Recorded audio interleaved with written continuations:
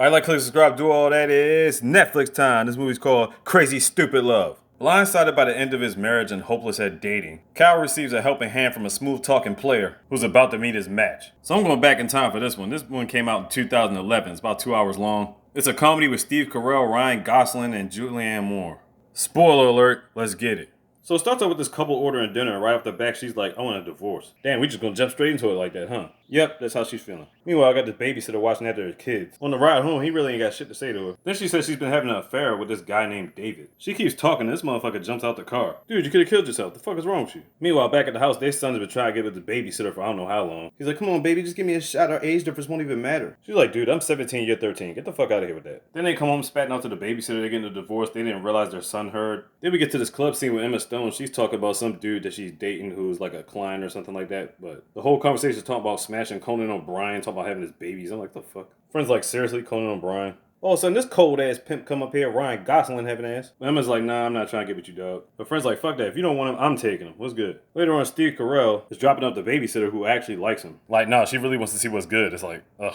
But he just drops her off at the house. So he goes to the bar getting furred after that. He tries to talk to some girls, but they don't want to hear his little sob story and shit. Next day he's back at work, the boss checks up on him. He tells him his wife is cheating on him. He's like, oh, thank God. You know what I'm saying? We heard you crying in the bathroom. We thought you had cancer or some shit. Then he tells everybody in the office it's just a divorce. They all start clapping and shit. I take it they didn't really like his wife too much. He goes back to the house to pack up all his stuff in a U-Haul. Go back to the club, see Ryan Gosling in action. Steve Carell's back still getting furred. Starts talking to this guy. He's like, man, sorry about your divorce. This guy, by the way, is the babysitter's dad. Ryan Gosling sees this sad sack of a man and wants to get him back in the dating game. For two reasons. One, he wants to help this guy out. And second, he's killing the vibe in the club. He says, look, meet me by the mall at 3 o'clock tomorrow. As he heads out for the night and tends to some business. Next day, he gets his kids over to his new apartment. And his kids are looking at him like he's some type of sad sack. Then all of a sudden, the babysitter pops up to babysit. Robbie's still giving his declarations of love for Jessica. Yeah, Robbie's the son, by the way. Back at this board meeting, Emma's boyfriend is about to propose an announcement. And she automatically assumes it's going to be a proposal. You know what happens when you assume? You make an ass out yourself. So now we got Ryan chilling at the mall waiting on Steve. And Steve finally shows up. So he's going to buy him some clothes today and he's looking down at his shoes. He wants to look at his shoes, so he hands him his shoes. He's like, man, if you don't get these shits up out of here, just tosses them over to the balcony. He's like, look, man, I'm about to get you right. So, you know, he got him popping so far. You know, it's a start. Ryan asks her, would you do, Steve? She's like, absolutely.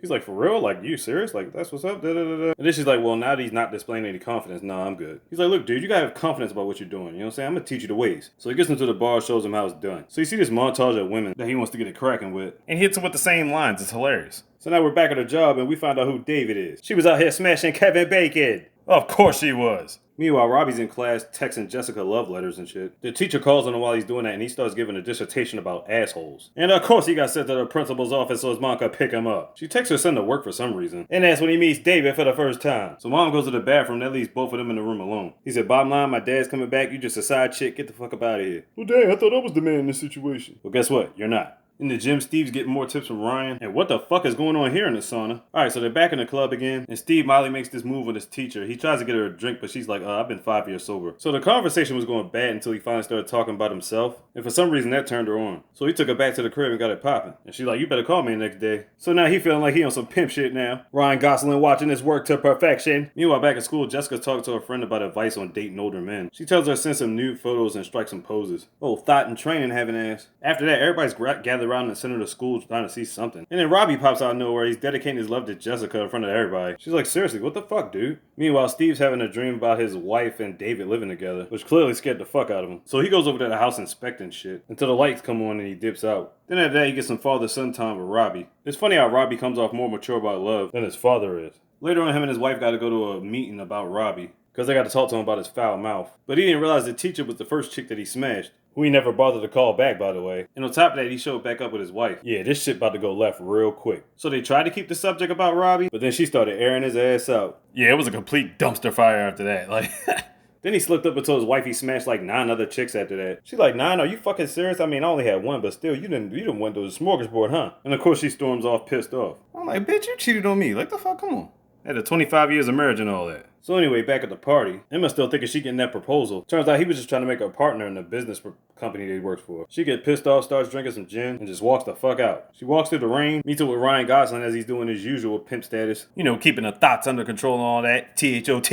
And she rolls straight up on him and kisses him. She's like, you coming with me, it's time to get up out of here. He's like, all right. So they get to talking, making some drinks. He starts flexing for her. So she's like, all right, let's get it cracking. But then she starts asking a whole bunch of other questions, and then they don't get it cracking. She actually sits in his massage chair. They start talking about personal stuff, and they actually just fell asleep without doing nothing. So for a couple of weeks, Ryan goes MIA. Steve's been trying to call. He hasn't been picking up the phone. Ex-wife going on a date with David. She's been getting closer to him after the whole school debacle. Meanwhile, Jessica starts taking pictures of herself with an actual camera, not a camera phone. So what's she gonna do? Mail the pictures to her dad? It's 2011. Like, the fuck? She trying to do all these poses, but they look cringeworthy. She goes to the door and she gets flowers from Robbie. She's like, all right, you just gonna keep on trying, huh? Meanwhile, Steve Carell's out there chilling in the back of the house. Like, he was raking leaves and shit. I'm like, what's he doing back there? Then his wife decides to call him out the blue. She asks him about fixing the stove, but he could see clearly through the window. She just wants to talk to him. But he walks her through it, and that's pretty much the end of the conversation. But he knows she misses him, you know what I'm saying? Next day he calls, he finally gets through to Ryan. Ryan's like, man, I've been busy, but I've been dealing with this girl. Like, she might be the one. Steve's like, get the fuck out of here. He's like, no, I'm serious. This one might be legit. Meanwhile, mom goes to her daughter's room and finds the naked picture she was about to send to Carl.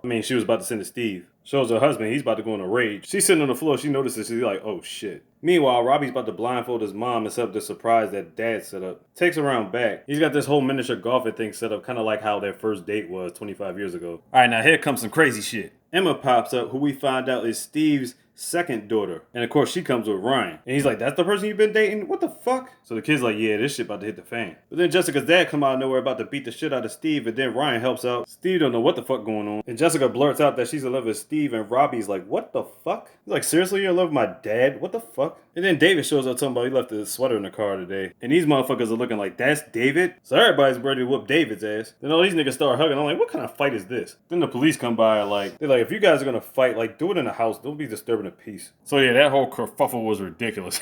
So basically, everybody is all messed up about the events that took place at the house. Steve's like, I know who you are. I would never give you my blessing to have my daughter. Then Ryan reminds him of his kid's graduation. Yeah, I know they're graduating. They're my kids, nigga. What the fuck? Well, anyway, at the graduation, enraged teacher gives an introduction for Robbie to do a speech. Now, why would they let him do a speech if he's the most outrageous person in class? I have no idea. Anyway, he starts giving a speech about how love doesn't exist and all that. I'm thinking to myself, what the fuck does this have to do with graduation? Well, anyway, his dad interrupts him. He starts talking about his first date with his wife. Again, what does this have to do with graduation? Emma and Ryan make it to the graduation. Steve finally accepts him for whatever reason. Robbie goes to find his girl, who's just standing there waiting on him. She gives him the naked pictures of her. She kisses him and tells him, like, yeah, we're gonna get it cracking in a couple years. Yeah, she finally gives in to him. The married couple watching their kids grow up before their eyes. And that's pretty much it. I feel like half the movie was about Steve and Ryan, and the other half was more about Robbie. Well, anyway, Stupid Crazy Love on Netflix. Check it out. Like, click, subscribe, do all that. You already know what time it is, Mr. Big. Who got that slogan?